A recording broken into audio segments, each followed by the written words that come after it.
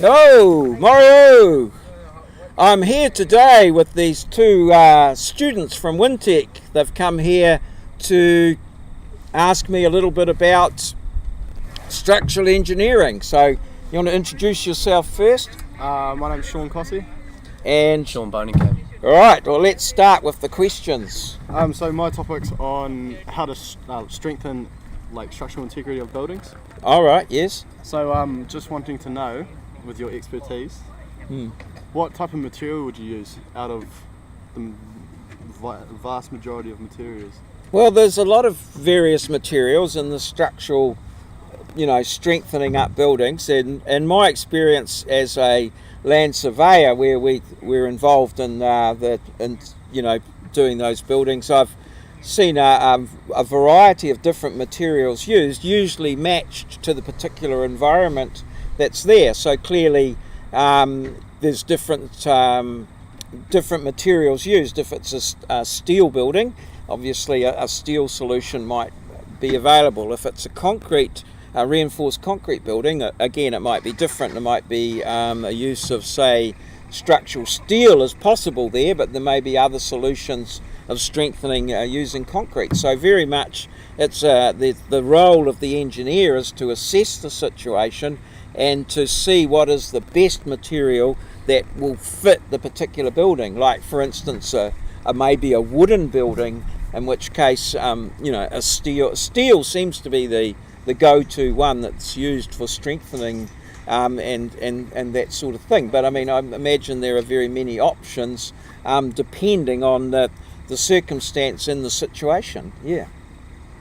Has that answered your question? That has answered my question. Right. Do you want to go next? Oh, well, my question is about buildings and how you sort of fix them up for earthquakes and whatnot. Mm-hmm. My first question is, how would you strengthen a building for earthquakes?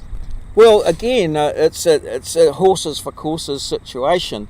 Myself, I don't know if you've been down to Wellington, but I went down there and they do a tour of the old Parliament buildings next to the Beehive, and they've done base isolation there. So what they actually did, they physically cut the building off its foundations. So you can actually trace a line through where the building has been cut from its foundations, and then they've introduced base isolators in there so that in the event of an earthquake, everything will move and shake up to a particular level. So, I mean, obviously that was a fairly significant building, and they did that with that. But then on the same token, if you look just down the road from Parliament buildings, is the old government Parliament House, which is the largest wooden building in the southern hemisphere. And, it seems because it's wood, perhaps not earthquakes are not so much of a problem. So it very much depends on what the building is made of. Again, if it's structural steel, might be a different solution to if it's like reinforced concrete or brick and mortar or that sort of thing. Yeah. Okay. All right. Okay, so my second question was building practices. So people build in triangles and stuff to strengthen buildings and stuff. Is there any other building practices that people use? Well, engineering, obviously, there's many engineers are always on the lookout for different means of doing things. So sometimes it can be a bit experimental. So it's always a case of going back to the tried and true. And we all sort of know that the 60 equilateral triangle is probably one of the strongest sort of shapes. And also, I think the sphere and the circle are very strong shapes. So there's various engineers have tried various different things at different times. So it's really a question of how much risk your client is prepared to take. I mean, a lot of building is based on budget. So obviously, if you've got a client that's perhaps got a lot of money and wants to make a particular statement over in time, they may try something a wee bit different and give the engineer a more of a checkbook to work with. So it's it's very much dependent on what's there.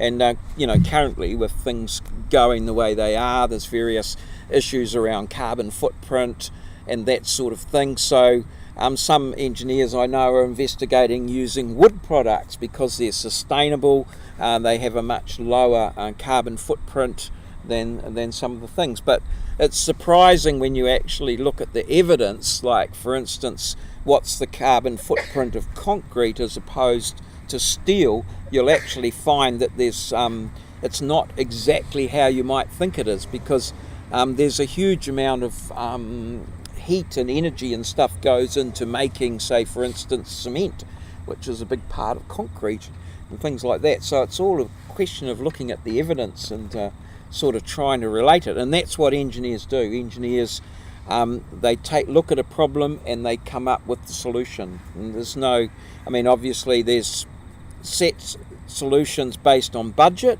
but where they can go beyond that, well, they may be able to look at other things, or also when you may be doing research to try and find cheaper methods of building things stronger. And this is a significant thing, is quite often a lot of people say, oh, well, they built the pyramids and they lasted thousands of years. Well, this is true, but the pyramids were over-engineered. They were whereas these days we're building things to a budget, to minimum sort of things, to meet sometimes standards. So yes, if you want to pour more money in and over-engineer things so that they can have last better, well, yeah, you're going to get that, and that might be the case with, say, the pyramids and some of the other really big projects that have gone land worldwide. Yep. Okay, would you say that some buildings are more susceptible in a seismic event than others? Oh, definitely. Yeah, definitely. And again, it can depend on a number of things. Obviously, I think wooden buildings have been found to be way more flexible, and so that they can stand a lot more things. Whereas obviously in Christchurch, brick and masonry and that sort of thing, not so much. And steel can be reasonably flexible, but there's different types of seismic events. So some buildings are better suited than others, and some are better suited to a particular seismic event rather than another. The way the waveform goes and how it's shaped and things like that. Yeah. Okay, cool. Alrighty. Yep. All right. Third question is foundations. Yes. There's different types of foundations. Which one would you say? Well, again, it's just as there's different types of foundations, there's different types of material that you're building foundations on. So obviously. So what would you say would be the best one in Hamilton? Well, again, Hamilton is known for its because of the way the Waikato River has come through and formed Hamilton. There's quite a lot of variation over very short distances in and around Hamilton. So you'll have, like for instance, in different subdivisions around, talking to my surveyor colleagues, they will use a different technique depending on the material that they encounter and things like that. So it's very much a case of you getting your geotech guy in to examine and see what you've got and come up with what the best solution might be. So and it's cost-effective solution as well. So it may well be that you come in and preload and get it preloaded and things like that. But then there's a time factor in there of they might say, well, you need to preload it for 6 months. Well, if you've got a $5 million already invested in a building and you've got it sitting around for 6 months, well, that's 6 months worth of interest that's costing you money. So you may go to another one. So again, it's that whole balance of how things fit together with price, conditions, client, what you're trying to achieve, and all of those things. So it's a matter of assessing what you've got, and that's the skill of the engineer, the skill of the geotech engineer and the different ones working together to pull all that information together. But typically these days, like most houses and buildings seem to be on large sort of concrete foundations, although when you get down, say, by the river or in some of the peat areas, they might be on driven piles or sheet piling and things like that. So it's, depends on the circumstances. Yeah. Sweet. In a seismic event, what causes the buildings to actually collapse? Well, it's I think in a seismic, obviously the way the wave goes through, but it's variation that causes the buildings to collapse. I mean, if it shakes nice and evenly, everything gets a chance, but it's sudden shakes and jerks backwards and forwards, I think, that put particular parts or vulnerable parts of the building structure under stress, and that once they collapse, then everything collapses in based around that. So I'd say sort of stress and the sort of sudden and quick movements rather than nice rhythmic movements, which the buildings can take a certain amount of flexibility in most buildings. Okay. All right, last question. You touched on this a bit before. What material would be the most sustainable and why? Well, I would say for sustainable, I would go with wood. I'm a big fan of wood. Yeah. I like wood, but obviously it has its limitations with some of the larger buildings. And again, it's sustainable. It does depend on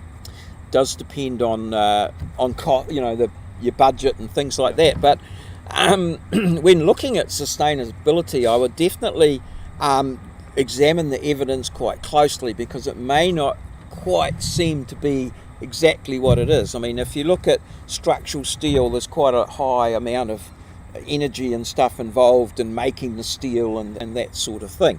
And then you've got to weigh that up, obviously, about how long it lasts. But if you look at, say, something like concrete, some of the factors involved in concrete and the carbon footprint of concrete are quite well hidden. Like the carbon footprint of, say, something like cement, and then the quarrying of the material. A lot of the material that's in concrete that's quarried has gone through crushers, and so there's quite a lot of energy in that involved in getting it all together. So I would I don't necessarily have a strong opinion on any one of them, but I would say look very closely at the evidence before you make a decision. Cool. As just like before, you touched on this a little bit as well, but what sort of things could you use during an event? Like, what variations would make you select another thing like steel? Like, what affects? Well, there's a number of things. Like when I was growing up in Wellington, there was the Bank of New Zealand building was being built, and it was being built by the Boilermakers Union had a very strong hold over the building. And so they, through various things, were held responsible for escalating the costs of the building. So the building became a bit of known as a bit of a white elephant, or it was a very thing. And as a result of that particular action and the trade practices that were happened there, for a long period of time after that, no structural steel buildings were built in Wellington. Everything was done with reinforced concrete, because they didn't want to employ the Boilermakers because they were trouble. So there's many factors in around what you choose and what you go for. And obviously earthquake, seismic could be one of them, and obviously costs can be another, and who you're going to get to build and what you've got there. So it's a very much a balancing act. So as I say, I wouldn't in particularly go any one way, but I would, you'd have to talk to your client, talk to your constructor, who's going to construct it and things like that. It's been quite interesting on the expressway that we've had here in Hamilton, on the Cambridge one. I went and looked there, and they were design and build projects. And so each company put in their designs. Now the company that won the thing, the reason why they won, or the reason why they used a particular bridge in a particular area, was because that was the they designed their bridge around the maximum load that the crane that they had could lift, and so because that would be cheaper for them. And then another bridge, they based the design around the maximum size of the slip form that they had to build that bridge. So that was, these are all factors that come into what you choose. So it's there's no one thing. It's a matter of putting all those things together, talking to everyone, and trying to get the cheapest price as possible. Well, cost effective as possible. Yeah. Sweet. We're all good? Well done. Okay. Oh, well, thanks for coming in. I hope I've answered some of your questions, and we'll see you on YouTube later on. Thank you very much. All Thanks good. a lot. Cheers. Cheers. See you. I'll just turn it off. Well, I hope we were recording.